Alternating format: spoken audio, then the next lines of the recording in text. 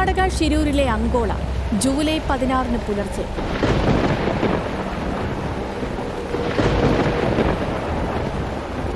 കല്ലും മണ്ണും കോരിയിടുന്നത് പോലുള്ള പേമാരിയാണ്. 100 ആന ഒഴുകി വരും പെയ്ത്തെന്നാണ് നാട്ടുചുറ്റി.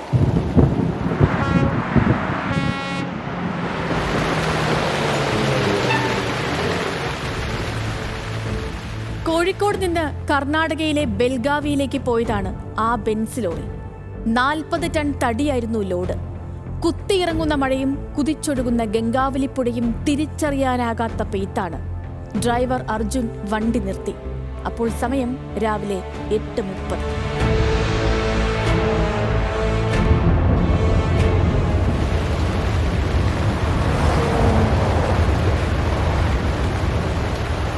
ഒരു മലയൊന്നാകെ ഇടിഞ്ഞു വന്നു. കണ്ടുനിന്നവരുടെ കണ്ണിൽ കൂരിരുൾ പരന്നു. എങ്ങും അന്ധകാരമാണ്.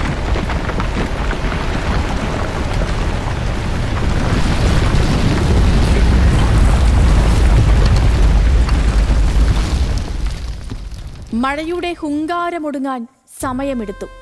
കണ്ണു തെളിഞ്ഞപ്പോൾ എങ്ങും ശൂന്യത. അർജുൻ വന്ന ബെൻസ് ലോറിയില്ല. തൊട്ട് മുൻപെത്തിയ ടാങ്കർ ലോറിയുമില്ല. അവിടെ ഉണ്ടായിരുന്ന ഇരുചക്ര വാഹനങ്ങൾ കാണാനില്ല. ആരൊക്കെ രക്ഷപ്പെട്ടു, ആരൊക്കെ അകപ്പെട്ടു, ഒരു തിട്ടവുമില്ലാത്ത പകലും രാത്രിയുമായിരുന്നു അത്. അപ്പോൾ കോഴിക്കോട് കണ്ണാടിക്കലിലെ വീട്. അവിടെ ഒരു പറ്റം ആളുകൾ കാത്തിരിക്കുകയായിരുന്നു. പതിവായി വരാറുള്ള വിളികൾക്ക് ചെവിയോർത്ത്. ഷിരൂരിൽ മണ്ണിടിഞ്ഞതോ അപകടമുണ്ടായതോ ഒന്നും അവർ അറിഞ്ഞിരുന്നില്ല. ഭാര്യ കൃഷ്ണപ്രിയ, മകൻ, അച്ഛൻ പ്രേമൻ, അമ്മ ഷീല, സഹോദരിമാരായ അഞ്ജു, അഭിരാമി, സഹോദരൻ അഭിജിത്ത് എന്നിവർ. എത്ര വിളിച്ചിട്ടും ഫോൺ കിട്ടാത്തയിടങ്ങളിൽ എവിടെയോ ആയിരുന്നു. അപകട വാർത്തയിൽ നിന്നും അവർ ഒന്ന് മനസ്സിലാക്കി. അത് സംഭവിച്ച സ്ഥലത്തുകൂടി അർജുൻ കടന്നു പോകേണ്ട സമയമായിരുന്നു.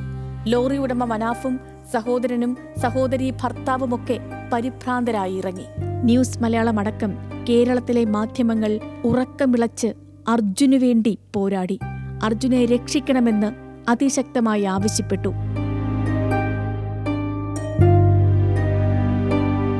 കേരളം മുഴുവൻ ഷിരൂരിലേക്ക് നോക്കിയ ദിവസങ്ങളുടെ തുടക്കമായിരുന്നു അത്.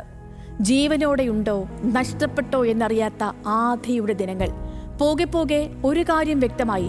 ആ ലോറിയെയും അർജുനെയും ഉരുളെടുത്തതു തന്നെ. എങ്കിൽ ഇത്ര വലിയ ആ ലോറി അപ്പാടെ കാണാതാകുന്നത് എങ്ങനെ? ഗംഗാവലിയുടെ ആഴങ്ങളിലേക്ക് പോയോ?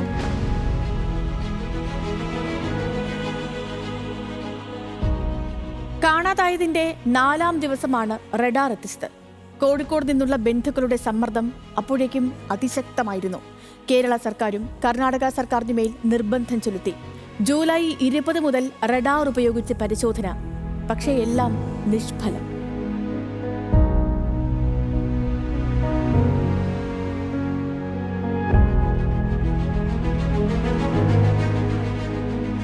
ഹൈഡ്രോളിക് ജാക്കിയും വാതിൽ ഭാഗമായിരുന്നു ആദ്യത്തെ തുമ്പ്. അത് കിട്ടിയത് പോലും ഓഗസ്റ്റ് 3-നാണ്. കാണാതായതിന്റെ 20ാം ദിവസം. കനത്ത മഴ മൂലം നിർത്തിവച്ചും ബന്ധുക്കളുടെ സമ്മർദ്ദം മുറുകുമ്പോൾ പുനരാരംഭിച്ചും പരിശോധനകൾ നടന്നു. ഇതിനിടയിലാണ് ഈശ്വർ മാൽപ തിരച്ചിലിനായി എത്തുന്നത്.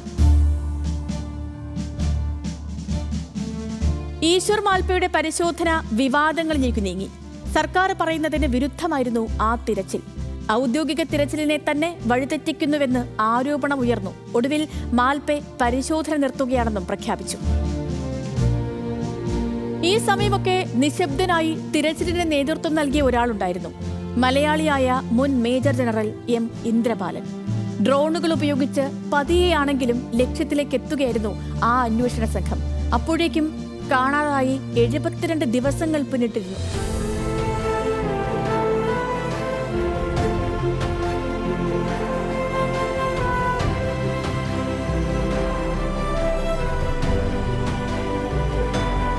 ഗോവയിൽ നിന്ന് 5 ദിവസം മുൻപെത്തിച്ച ഫ്ലോട്ടിംഗ് ക്രാഫ്റ്റ് ഡ്രഡ്ജറാണ് ഉപകാരപ്പെട്ടത്. ജൂലൈ 25-ന് ഉച്ചയ്ക്ക് ശേഷം 3 മണി. ഡ്രഡ്ജറിൽ നിന്നുള്ള ഇരുമ്പ് വടത്തിന്റെ കെട്ടിൽ ആ ബെൻസ് ലോറി ഉയർത്തി. ആ ലോറിയുടെ ക്യാബിനിൽ അർജുൻ ഉണ്ടായിരുന്നു. കുഞ്ഞിന് വാങ്ങിയ കളിപ്പാട്ടവും. 72 ദിവസങ്ങൾ പ്രാർത്ഥനയോടെ കാത്തിരുന്നത് കണ്ണാടിക്കലിലെ കുടുംബം മാത്രമായിരുന്നില്ല, ഈ കേരളം മുഴുവനായിരുന്നു. ഇടപെട്ടത് ലോറി ഉടമ മനാഫ് മാത്രമായിരുന്നില്ല, ഇന്നാട്ടിലെ ഓരോ സാധാരണക്കാരനുമായിരുന്നു. അർജുന യാത്രാമൊഴി നൽകാൻ ആ വീട്ടുവളപ്പിലേക്ക് എത്തിയത് ആയിരങ്ങളാണ്. ഒരു സാധാരണക്കാരനായ ഡ്രൈവറിൽ നിന്നും നാടിന്റെ ഏറ്റവും പ്രിയപ്പെട്ടവനായി അപ്പോഴേക്കും അർജുൻ മാറിയിരുന്നു. മറ്റൊരാൾക്ക് വേണ്ടിയും നമ്മൾ ഇങ്ങനെ കാത്തിരുന്നിട്ടില്ല, കണ്ണീരണിഞ്ഞിട്ടുമില്ല. അർജുൻ ഇപ്പോഴുമുണ്ട് ഓരോ മലയാളിയുടെ ഹൃദയങ്ങളിലും. ഓരോ തുള്ളി മഴയിലും മിന്നലിലും നമ്മൾ ഓർക്കുന്നുണ്ട് നമ്മുടെയൊക്കെ പ്രിയപ്പെട്ട അർജുനെ.